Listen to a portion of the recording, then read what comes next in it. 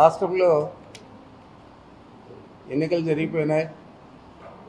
4వ తేదీ ఫలితాలు వెలువడుతూ ఉన్నాయి.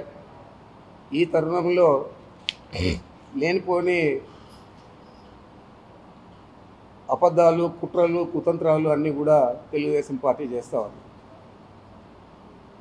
మొన్నటి రోజేమో ఆయన ట్విట్టర్లో ఆయన సొంత ఖాతాలో పెట్టాడు లోకేష్ బాబు. ఈ తిక్క లోకేష్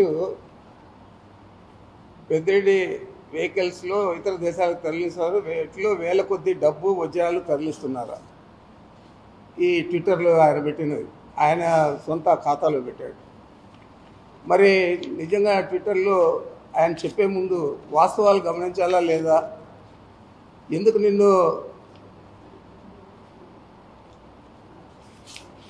ప్రజలందరూ కూడా లోకేష్ పప్పు అని ఎందుకు పిలుస్తూ ఉన్నారంటే దీన్ని చూస్తేనే అర్థమవుతుంది. ఏదైనా కస్టమ్స్ ఉంటుంది, బండ్లు లోడ్ అయ్యేటప్పుడు కానీ అక్కడ ఆఫ్రికాలో పోర్ట్ వచ్చి దారుసలాంలో అక్కడ చెక్ చేస్తారు, ఇక్కడ చెక్ చేస్తారు. వీటిలో డబ్బులు పెట్టే అంత మూర్ఖులు లోకేష్ లాంటి వాళ్ళు చెప్తే ఇంకెవరైనా ఉంటారని అడుగుతున్నాను. మీకేమో చార్టర్డ్ ఫ్లైట్లలో మీరు సూట్ కేసులన్నీ కూడా సింగపూర్కి పంపిస్తారు, దుబాయ్కి పంపిస్తారు. మీకు అది అలవాటు. అందుచేత మా మీద కూడా అక్యూజ్ చేస్తూ ఇలాంటి మాటలు మాట్లాడడం అనేది చాలా బుద్ధి తక్కువ మాటలు ఇవి. నీ పప్పుకు అనే ఎందుకు పేరు పెట్టారంటే ఇదే నువ్వు తిక్క లోకేష్ కాబట్టి పప్పు అని పేరు పెట్టారు. మరి ఇంకా బుద్ధిహీనుడు ఈ దేవినేని ఉమామహేశ్వరం. నువ్వు 5 సంవత్సరాలు ఇరిగేషన్ మంత్రిగా ఉండి అనేక రకాల లబ్ధి పొంది వేల కోట్లు దోచిపెట్టి చంద్రబాబుకు మళ్ళీ సిగ్గు లేకుండా మా మీద అక్యూజ్ చేస్తున్నాడు. పారిపోతూ ఉన్నారు, వ్యాపారాలు చేస్తూ టిప్పర్లన్నీ తీసేస్తూ ఉన్నారు, ఇతర దేశాలకు పంపిస్తూ ఉన్నారు, ఇతర రాష్ట్రాలకు పంపిస్తూ ఉన్నారు అని చెప్పి చెప్తూ ఉన్నారు. మేము ఇతర రాష్ట్రాల్లో పనిచేస్తూ ఉన్నాం, మాకు అక్కడ కూడా ఉన్నాయి వెహికల్స్. ఇతర దేశాల్లో అంటే మేము ఆఫ్రికాలో కూడా పనిచేస్తాము, అక్కడ కూడా ఉన్నాయి. ఇప్పుడుగా 2011 నుంచి అక్కడ వ్యాపారం చేస్తాం. 2013 మొట్టమొదటిసారి మైనింగ్ యాక్టివిటీకి అని చెప్పి ఒక 3 300 ఎక్స్కవేటర్లు 5 టిప్పర్లు పంపించాం. ఆ తర్వాత వరుసగా అక్కడ 17 లాంగ్ చేసి ఉంటుంది, అబో 40 టన్నులు కొనేటివి, అవి ఒక 38 బండ్లు కొన్నాము. మళ్ళా తర్వాత ఇండియా నుంచి 23 మిషన్లు, మిగతా ఎక్విప్మెంటు, ఇవన్నీ కూడా మైనింగ్ యాక్టివిటీకి కావాల్సినవన్నీ కూడా 23 పంపించడం జరిగింది 2013లో. మరి మొన్న 18/3/24 ఐచర్లు ఒక 60 బండ్లు మేము కొంటే వాటి ఇక్కడ పని లేదు కాబట్టి అక్కడ కొత్తగా మేము స్వర్ణ మెటల్స్ అని చెప్పి ఒక కాపర్ ప్రాజెక్టు చేస్తూ ఉన్నాం. కాబట్టి ఆ కాపర్ ప్రాజెక్ట్ కోసం అని చెప్పి వాళ్ళు 60 బండ్లు కావాలంటే మొదటి విడత 2024 మార్చి 18 20 బండ్లు పంపించాం. అది బాంబే పోర్ట్ నుంచి. ఇప్పుడు కూడా బాంబే పోర్ట్లో రేపు 10 లోడ్ అవుతూ ఉన్నాయి. ఆ తర్వాత ఇంకా 10కి స్పేస్ లేకుండా ఆ షిప్లో వేరే షిప్లో తొందరలోనే పోతూ ఉన్నాయి. మరి ఈ విధంగా విడతలుగా మేము పంపిస్తూ ఉన్నాం. అక్కడ మాకు ఇప్పటికే ఒక ఫెర్రో మ్యాంగనీసు, ఫెర్రో సిలికా అని చెప్పి 2 ప్రాజెక్టులు ఉన్నాయి. ఒకటి PLR అనుబంధ సంస్థది, ఇంకొకటి జస్విన్ సంస్థది. ఇప్పుడు కొత్తగా స్వర్ణ మెటల్స్ అని చెప్పి ఈ కాపర్ ప్రాజెక్టును కూడా మొదలుపెట్టాం. కాబట్టి దానికోసం 100 బండ్లు కావాల్సి వస్తుందంటే మన దగ్గర ఉన్నాయి ఇక్కడ 60 బండ్లు వాడినవి, పాత బండ్లన్నీ కూడా అక్కడికి పంపిస్తూ ఉన్నాం. దాంట్లో 40 ఇప్పుడు దాకా పోర్టుకు 20 వెళ్ళిపోయినాయి దారుసలాంకు. రేపు 10 పోతూ ఉన్నాయి. ఎల్లుండి అంటే 1 వీక్లో ఇంకా 10 పోతాయి. మళ్ళీ ఇవి వెళ్ళిపోయిన తర్వాత మళ్ళీ 20 బండ్లు పంపిస్తాను. ఈ విధంగా 100 బండ్లు అక్కడికి పంపడం జరుగుతూ ఉంది. మరి ఇవన్నీ కూడా పొలవలు చిలువలుగా మాట్లాడుతూ ఏదో ఇట్లో మేము ఏదో పంపించేస్తూ ఉన్నాము, లేదా రాష్ట్రం ఇచ్చి పారిపోతున్నాం, దేశం ఇచ్చి పారిపోతూ ఉన్నాం అని చెప్పి ఆయన నన్నే కాదు మిగతా అందరి నాయకులను కూడా అందరూ పాస్పోర్ట్లు రెడీ చేసుకున్నారు, వీసాలు రెడీ చేసుకున్నారు, ఇతర దేశాలకు పారిపోతూ ఉన్నారు వైఎస్ఆర్ కాంగ్రెస్ పార్టీ వారు అని చెప్పి చెప్పడం జరిగింది. మా నాయకుడు పోతే ఏమో ఆయన పారిపోయినట్లు, మీ నాయకుడు పోతే ఏమో ఈరోజు మీరంతా చూశారు ఈ పచ్చపత్రికల్లో అంతా. వీళ్ళ నాయకుడు పోతే మాత్రం మెడికల్ టెస్టులకు అంట. మరి ఇలాంటి రాతలు రాసే పత్రికలు ఉన్నాయి కాబట్టి మీరు ఇలా మాట్లాడుతూ ఉన్నారు. నీకు బుద్ధి లేదు అసలు. ఉమా, నీవు కనీసం టికెట్ తెచ్చుకోలేకపోయావు. మంత్రిగా 5 సంవత్సరాలు వెలగబెట్టి చంద్రబాబు దగ్గర నువ్వేం తప్పు చేసావో మాకు తెలియదు, కానీ నీకు చంద్రబాబు తెలుస్తుంది. మరి ఏ విధంగా నువ్వు అసలు నీ కాన్స్టిట్యూన్సీకి కూడా మా పార్టీ నుంచి వెళ్ళిన అతనికి సీట్ ఇచ్చారు, అంతకంటే అసమర్థుడు కాబట్టి నీకు ఇవ్వలేదనేది ఈ రాష్ట్ర ప్రజలందరికీ కూడా తెలుసు. నువ్వు కూడా మా గురించి మాట్లాడడం అనేది దయాలు వేదాలు వెల్లించినట్లే. కనీసం బుద్ధి తెచ్చుకొని మాట్లాడేది నేర్చుకోవాలని చెప్పి ఆ పిచ్చి లోకేష్ మారి నువ్వు మాట్లాడితే నీకున్న పరిజ్ఞానం ఏమైంది అని నేను అడుగుతున్నాను. ఆ పిచ్చి లోకేష్ అంటే పాపం ఆయన ఎప్పుడు కూడా ఇలాంటి మాటలే మాట్లాడతారు, అందుకే ఆయనకు పేరు కూడా పెట్టారు. ఇంకా మా వ్యాపారం గురించి ఆయన చెప్తున్నాడు.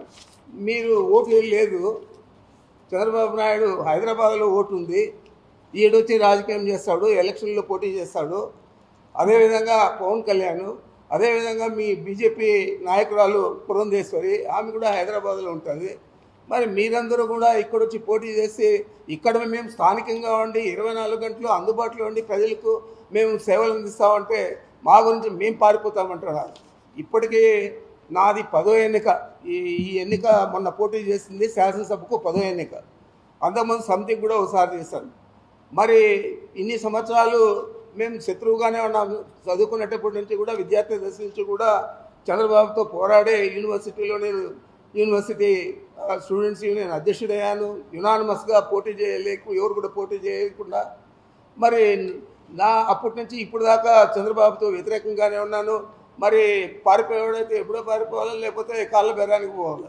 మరి అలాంటి పరిస్థితి లేదని తెలిసి కూడా బుద్ధి లేని మాటలన్నీ కూడా మాట్లాడుతూ ఉన్నారు. మరి పిచ్చి లోకేష్ కానీ లేకపోతే ఎర్రి ఉమా కానీ వీళ్ళకి బుద్ధి ఉందా అని నేను అడుగుతా ఉన్నాను.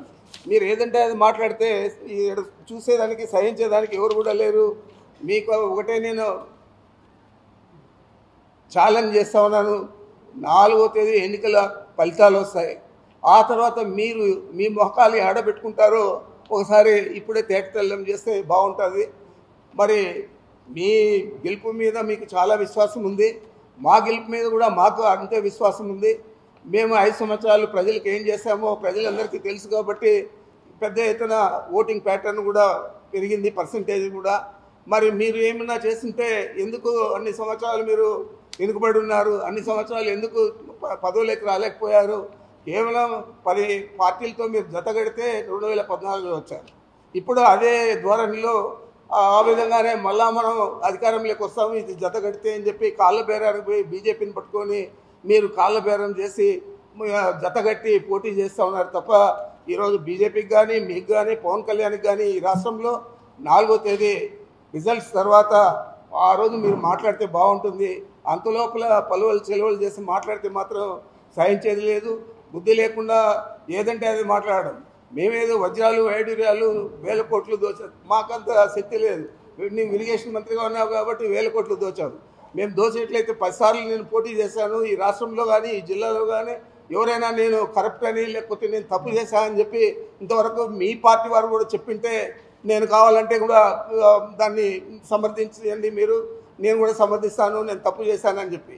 నేను ఏమి చేయకుండా వ్యాపారం చేసి ఆ డబ్బులు తెచ్చి రాజకీయాలు ఇక్కడ చేస్తామంటే మీరు నాకేదో బురద పూసే విధంగా, మా పార్టీకి బురద పూసే విధంగా, మా నాయకుడు పారిపోయినట్లు చిత్రీకరించే విధంగా మీరు మాట్లాడడం అనేది చాలా దురదృష్టకరం, సహించడానికి.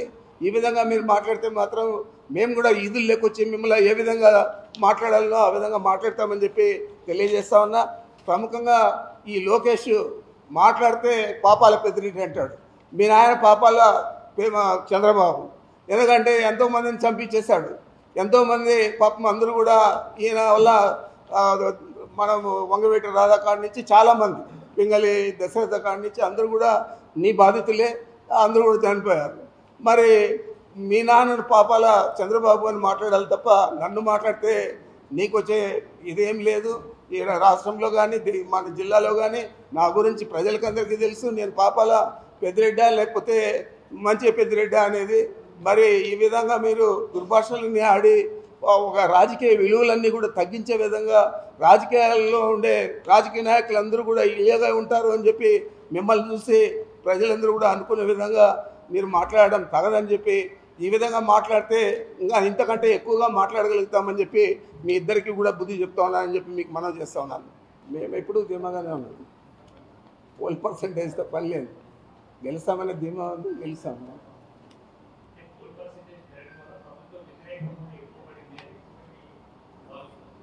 అది వాళ్ళ అభూత కల్పన. 12% పెరగడానికి మహిళలే కారణం. ప్రతి నియోజకవర్గంలో కూడా 6 నుంచి 8 పోలింగ్ స్టేషన్స్ దగ్గర మా వాళ్ళు ఐపాక్ వాళ్ళు సర్వే చేశారు. మహిళలందరూ కూడా ఏకదాటిన వైఎస్ఆర్ కాంగ్రెస్ పార్టీకి ఓటేశారు. మహిళలు పెద్దగా తరలి వచ్చిన దానికి పోలింగ్ శాతం పెరిగింది తప్ప వీళ్ళు ఏదో మాట్లాడినట్లు అదంతా కూడా అద్భుత కల్పన అని చెప్తాను.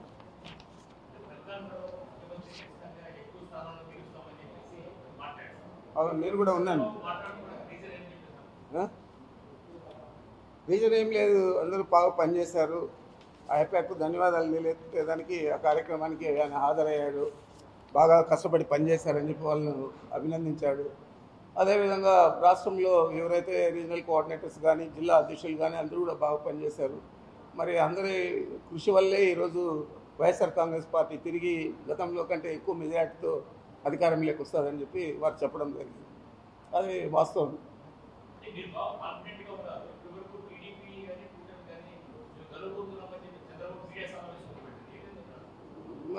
అది చాలా సంతోషదాయకమైంది. ఎందుకంటే ఆల్రెడీ క్యాబినెట్ కూడా రాసేసుకుంటా ఉన్నారు, ఎవరెవరు ఏ క్యాబినెట్ మంత్రి అని. అదేవిధంగా ఎవరెవరు మా ముఖ్యమంత్రి పేషీలో ఉండాలా, ఎవరెవరు ఏ శాఖకు కార్యదర్శిగా ఉండాలని ఐఏఎస్ ఆఫీసర్ లిస్టు, మరి మంత్రుల లిస్టు కూడా తయారు చేసుకుంటా ఉన్నారు. అది చాలా సంతోషం.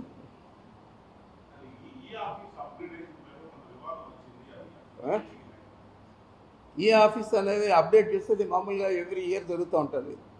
అప్డేట్ చేసేది కూడా అడ్డుకోవాలని చెప్పి చంద్రబాబు ప్రయత్నం చేశాడు. అందుకని మాకు వచ్చిన నష్టం ఏం లేదు. ఇప్పుడు ఆల్రెడీ ఈ ఆఫీస్లోనే మంత్రులందరూ కూడా సంతకాలు చేస్తాను, ఫైల్ చేస్తున్నాను. మరి నువ్వు నిలిపేసిన దానివల్ల మాకేం నష్టం లేదు. ఈ రాష్ట్రానికి రాష్ట్ర ఖజానాకు ఏదైనా నష్టం జరిగితే జరగచ్చు, కానీ మాకు ఎన్నికలు ఏదాకా ఇంకా వారం 10 రోజుల లోపల కొంపలు మునిగేది ఏం లేదు. ఆ తర్వాత అయినా కూడా అప్డేట్ చేసుకోగలుగుతాం.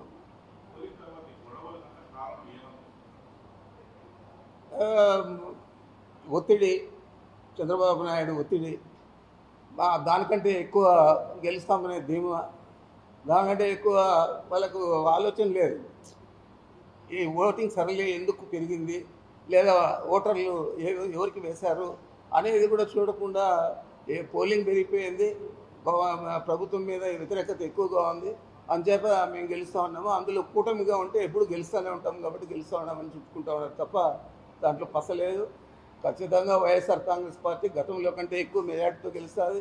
మా నాయకుడు 175 to 175 అంటా ఉన్నా కూడా నేను మాత్రం ప్రతిసారి కూడా 151 కంటే ఎక్కువ వస్తాయని ముందు నుంచి చెప్తా ఉన్నాను. అదేవిధంగా ఇప్పుడు కూడా నేను అదే స్టాండ్లో ఉన్నాను. మరిన్ని వీడియోస్ కోసం ఛానల్ ని సబ్స్క్రైబ్ చేయండి, లేటెస్ట్ అప్డేట్స్ కోసం వాట్సాప్ ఛానల్ ని ఫాలో చేయండి, అండ్ లింక్ డిస్క్రిప్షన్ లో ఉంది.